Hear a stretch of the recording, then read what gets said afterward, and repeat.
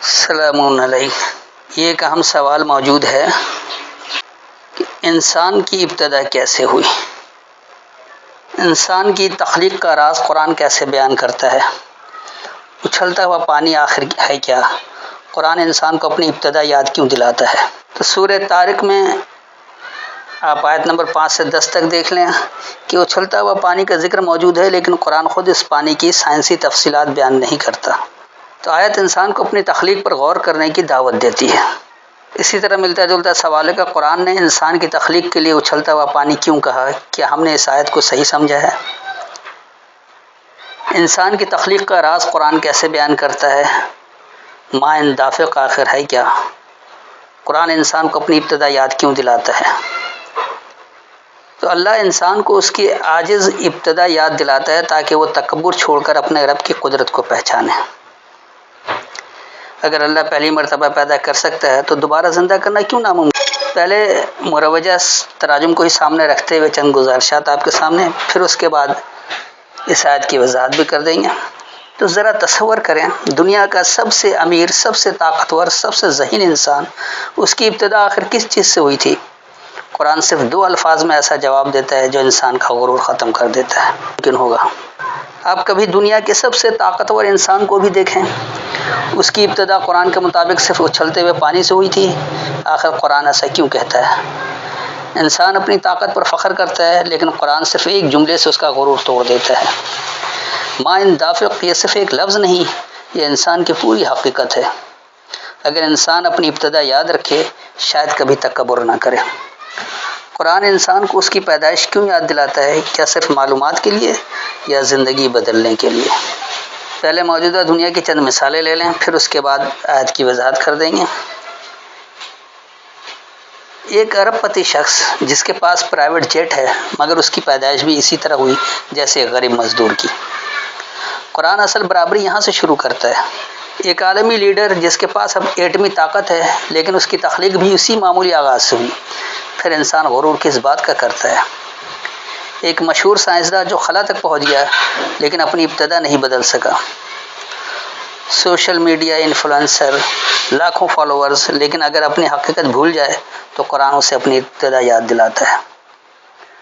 اسپتال کے nursery ward میں امیر اور غریب کے نومولود بچوں کو دیکھیں، شروع میں سب ایک جیسے ہوتے ہیں، فرق بعد میں بنتا ہے۔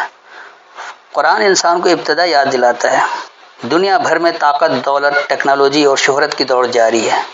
لوگ اپنی کامیابی کو اپنی ذاتی برتری سمجھنے لگتے ہیں۔ سورہ طارق انسان کو یاد دلاتی ہے کہ اس کی ابتدا نہایت معمولی تھی، اس لیے اصل عظمت غرور میں نہیں بلکہ اپنے خالق کو پہچاننے میں ہے۔ یہی پیغام ہر معاشرے، ہر شہر اور ہر دور کے انسان پر یکساں لاگو ہوتی ہے۔ تو انسان کو اس کی ابتدا کیوں یاد کرائی جا رہی ہے، اس بات کو ضرور مد نظر رکھیں۔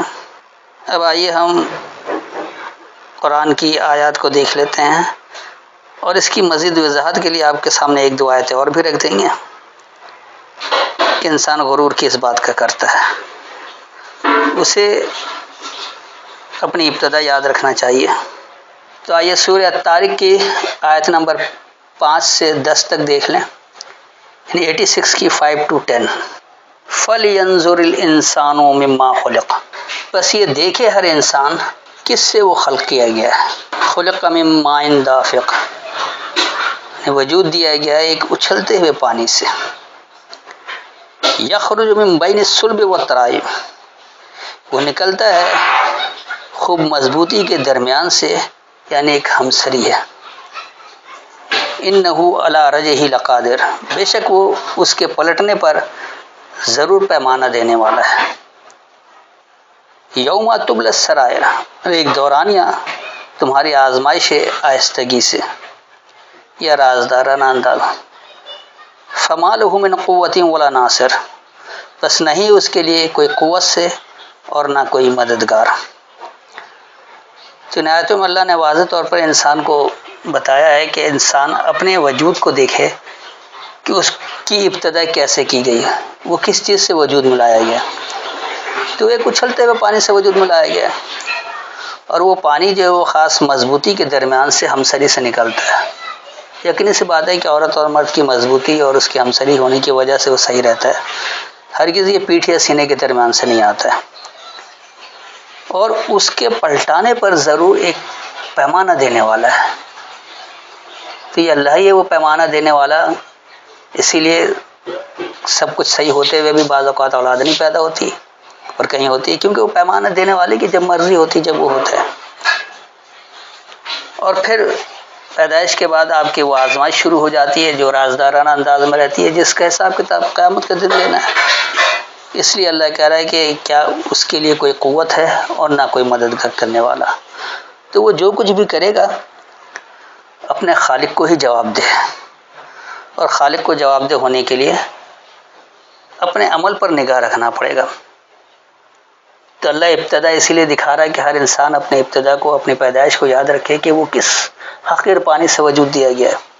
تو وہ ایک پیمانہ دینے والا اللہ ہی ہے، اس کے آگے ہی آپ کی آزمائش ہو رہی ہے.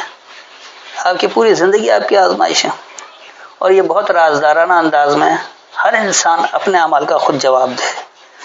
آپ دنیا سے سب کچھ چھپا سکتے ہیں لیکن اللہ سے کچھ نہیں چھپ سکتا. تو پھر اس کے لیے کوئی قوت والا بھی نہیں ہے اور نہ کوئی مدد کرنے والا جو اللہ سے اسے بچا سکے. ایسا کچھ ہے ہی نہیں.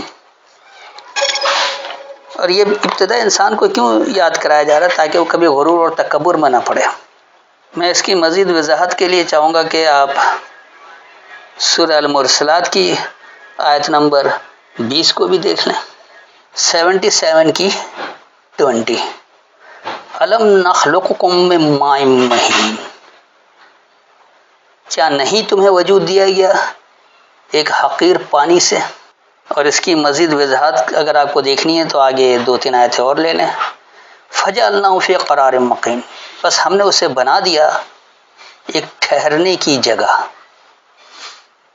ایک قرار پکڑنے کا ٹھکانہ.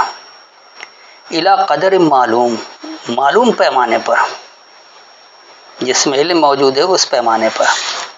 فقدرنا فنعم القادرون، بس ہم نے پیمانہ دیا اور بس نعمت والا پیمانہ دینے والا ہے.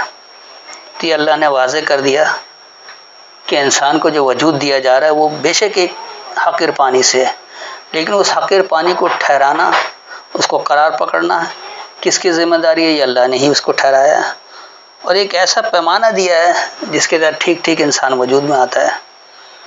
اور یہ ایسا پیمانہ اللہ نے دے رکھا ہے کہ یہ نعمت والا پیمانہ ہے، اور ایسا کوئی نہیں کر سکتا اگر اللہ نہ چاہے. کتنے ہی لوگ ملتے ہیں، حمل ہر ایک کو نہیں ٹھہرتا. تو یہ اللہ نے وضاحت کر دی کہ دیکھو انسان کس قدر کمزور ہے، پھر وہ غرور تکبر کس بات کا کر رہا ہے. بہت اچھی طرح سمجھنے کے لیے پھر آپ سورہ سجدہ اور اس کی آیت نمبر 7 اور 8 کو اگر دیکھ لیں تو بات بالکل واضح ہو جائے گی. یعنی 32 کی 7 اور 8. الذی احسن کل شیء خلقہ، وہ جو کہ خوب متوازن ہر ایک شے کو اس کا وجود دیا. وبدأ خلق الانسان من طین، اور ابتدا کیا انسان کی پیدائش کی مٹی سے. ثم جعل، پھر بنا دیا نسل ہو اس کی نسل، من سلالۃ من ماء مہین، خلاصے سے جو ایک حقیر پانی سے ہے. اب دیکھیے یہاں اللہ نے ابتدا بھی بتا دیا کہ پہلے انسان ابتدا کیسے ہوئی انسان کی، پہلے مرد ہوا یا عورت تو بات ہوا جاتی. تو اللہ کہہ رہا ہم نے انسان کی ابتدا جو ہے وہ مٹی سے کیا. وہاں مرد اور عورت کی ضرورت ہی نہیں پڑی. اللہ نے مٹی سے مرد بھی اگایا اور عورت بھی اگائی، یعنی مذکر اور مؤنث دونوں کو مٹی سے اگایا، جس کو اللہ نے سورہ نوح کی آیت نمبر 17 میں کہا کہ واللہ انبتکم فی الارض نباتا، اور اللہ نے تمہیں اگایا زمین سے نباتات کی طرح. تو یہ ہے ابتدائی انسان. پھر اس کے بعد اللہ کہہ رہا ہے کہ ثم جعل نسل، پھر ہم نے اس کی نسل کو بنا دیا ایسے خلاصے سے جو ایک حقیر پانی سے. یقینی سی بات ہے کوئی حقیر پانی مرد کا اسپم جو نکلتا ہے، اور وہ پھر ایک حقیر پانی ہوا میں جا کر ملتا ہے، اور اس کے بعد وہ سارا پروسیس ہوتا ہے. یہ ہر انسان جانتا ہے، آج کا انسان تو بہت اچھی طرح سے جانتا ہے.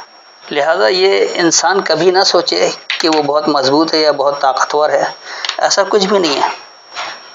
سب کچھ اللہ کے پیمانے کے مطابق ہی ہو رہا ہے. اگر آپ اسے اور اچھی طرح سے سمجھنا چاہتے ہیں تو اس کی ایک دو آیتیں اور دیکھ لیں کہ ثم سواہ، پھر اسے ٹھیک کیا، ونفخ فیہ من روحہ، اور ایندھن دیا اس میں اپنے احکامات سے، وجعل لکم السمع والابصار والافئدہ، اور بنا دیا تمہارے لیے خاص سننا، خاص بصیرت لینا اور خاص سوچنا سمجھنا۔ قلیلا ما تشکرون، تھوڑے ہو جو تم قدر کرتے ہو۔ وقالو، اور وہ یہ کہتے ہیں، اذا ضللنا، کیا جب ہم گمراہ ہو جائیں گے، ہم گم ہو جائیں گے، فی الارض، زمین میں، ائن لفی خلق جدید، کیا بے شک ہم ضرور نئی پیدائش میں ہوں گے۔ بل ہم بلقاء ربہم کافرون، ہاں وہ اپنے رب کی ملاقات کا انکار کرنے والے ہیں۔ تو یہاں دیکھیے اللہ نے کس قدر واضح کیا کہ انسان کی ابتدا پہلے بتا دیا۔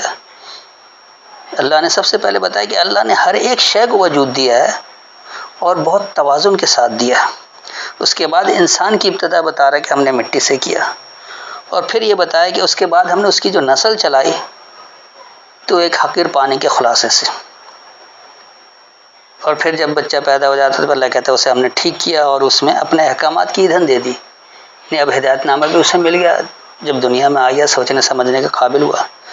اور یہ سب کچھ اللہ نے اس کے لیے خاص سننا، بصیرت لینا اور سوچنا سمجھنا سب بنا دیا۔ افئدہ، دل و دماغ دونوں کے لیے استعمال ہوتا ہے۔ اور تھوڑے انسان ہیں جو قدر کرتے ہیں، جو اللہ کے احکامات کو سمجھتے ہیں، اللہ سے ہدایت لیتے ہیں، ورنہ زیادہ تر لوگ نافرمان ہو جاتے ہیں، قدر نہیں کرتے ہیں۔ اور پھر وہ یہ کہتے ہیں کہ کیا ہم جب زمین میں گم ہو جائیں گے